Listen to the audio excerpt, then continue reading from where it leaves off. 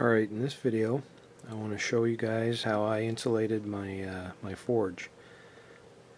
So there's a lot of different methods out there. I chose one, I guess, because of availability of materials and ease of putting it in there, and I still get the thermal insulation that I want. So for my outside layer, around the outer side and on the back end, I decided to go with this Vermiculite board. This particular board is, it comes in 3-foot lengths, it's 1.5 inches thick, and is 12 inches across. Yeah, it's reasonably priced. It's right up there around the price of the blanket. Now this material here is only good for, I think it was 1900 degrees Fahrenheit, and it's not really good for a face, something that's going to hit direct heat from your flame. So that's just going to be my outside layer. For my inside layer, that's going to get the heat, I decided to go with this fiber blanket. So that's 1 inch thick. It comes in 24-inch widths, and you buy it by the foot, square foot. So I've got 4 square feet for the inside. This stuff here is rated for 2600 degrees Fahrenheit, so it'll be plenty good enough for inside this. So what I plan on doing is I'm going to cut my first piece of vermiculite, and I'm going to put it at the back circle of this forge. Now this is 11 3/8 wide, so I'm going to cut 11 3/8 circle with probably a jigsaw or a scroll saw, and I might have to bevel the back of it a little bit because it's a rounded tube. To get it fit back in there nice, I'll cut that, and I'll show you what that looks like once I get it in. Alright, so I got the piece cut. As you can see, I put a bit of a bevel on it right here so it would fit back, just because the back of the forge is curved. So when I put that in, it's a little loose, but that's okay.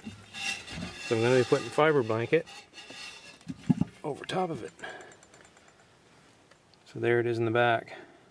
Now I'll have to cut a hole in that for the back window, and then I'm going to put next I'm going to put my cut the hole, and I'm going to put the fiber blanket around the outside. Or no, I have to cut the all the strips of the vermiculite for the outside, and I'll show you how to figure that out in a minute. Alright, so here's how we're going to cut the vermiculite pieces to go around the outside. We're going to cut them, the sheets come in 12-inch width. So as you can see, I've got about 11 1/4, so I won't need quite the full sheet, which is good. And what I'm going to do is I'm going to decided how many pieces I wanted around the outside, and I'm going to go with 12 pieces. And you can go with 10, you can go with 12, you can go with 14, however many you want. It's just more cuts for more pieces, and the bigger you make the pieces, the bigger space you're going to leave right here, because you're going to have flat edges, and it's going to leave a space in between them. So I'm keeping them fairly small. I'll show you what I mean over here. So you see that line? That's the 3-inch line. So you see the space? So if I made it wider, you'd have a bigger gap. So I don't want to make my center hole too small, so I'm going to leave it at 3. So now, in order to get my the angle that I need to cut this at, I have to take it's a 360-degree circle. So the distance from the inside diameter of the forge is 11.5 inches. So what I did is, in order to get that outside circumference, I multiplied 11.5 by 3.14, and that gives me 36.11 inches. Now I take that and divide that number by the amount of segments that I want around the outside. So it ended up with 12. So then what I did is I took my compass, and I set it at 3 inches, and then I just simply put one here, marked it, put one there, marked it, all the way around. And I ended up with a tiny little space right here, and you're going to want that at the bottom. What I might do is I might cut 11 pieces, and then that last one I'll cut a little bit wide. So you want these things to fit nice and snug when you're done, so it forces everything to the outside and nothing moves. So I'm going to set my saw for this angle, and I'm going to cut all those pieces. I'll see you in a bit. Alright, so I got my pieces all cut. So how I determined the angle, this angle right here, was I took 360 degrees and then I divided it by 12. It gave me 30. So each one of these lines is 30, but you have to dissect it into two because there's two pieces. So each one of those angles is 15 degrees. So I cut them 15 degrees all around, and there's that odd piece that I said I would be missing at the last. I thought I was going to put it down here, but it's really hard to get those bricks in. Putting that down there first. One thing I will say, when you do get your bricks in, make sure that this face is flat all the way around. Take the extra time and cut each one real flat, because that's what your cable is going to sit up against. So now I've got to cut a hole through the back, and I've got to drill some holes for the burners to go down through, and I've got to that's it. That'll be it for the vermiculite, and then I'll be putting the cable in after. So I'm going to cut one circle to go in the back for the cable, and then I'm going to do one wrap around the inside, and then I'm going to do one sheet for the door, and that will take care of the insulation. Alright, I'll give you when I come back, we'll see what that looks like. Alright, so I got my hole through the back, got my holes in the top. So I just used a regular hole saw, put a longer bit on it to reach down and through there. Cut those holes through, and for the back hole I drilled some holes around the outside.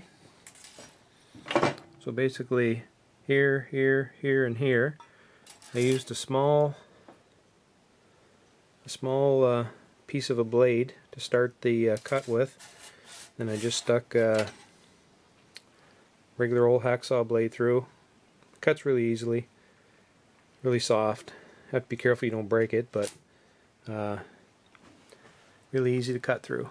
Alright, so now I'm going to start by putting my fiber blanket in there, and what I'll do is I'll do the wrap around the outside, and then I'll put my inner one in the back. That way there it'll somewhat hold the blanket in a circle formation on the back side, at least anyways. Alright, so I got the back on, the back piece of fiber blanket, and I got the center fiber blanket on, and I cut the hole through the back.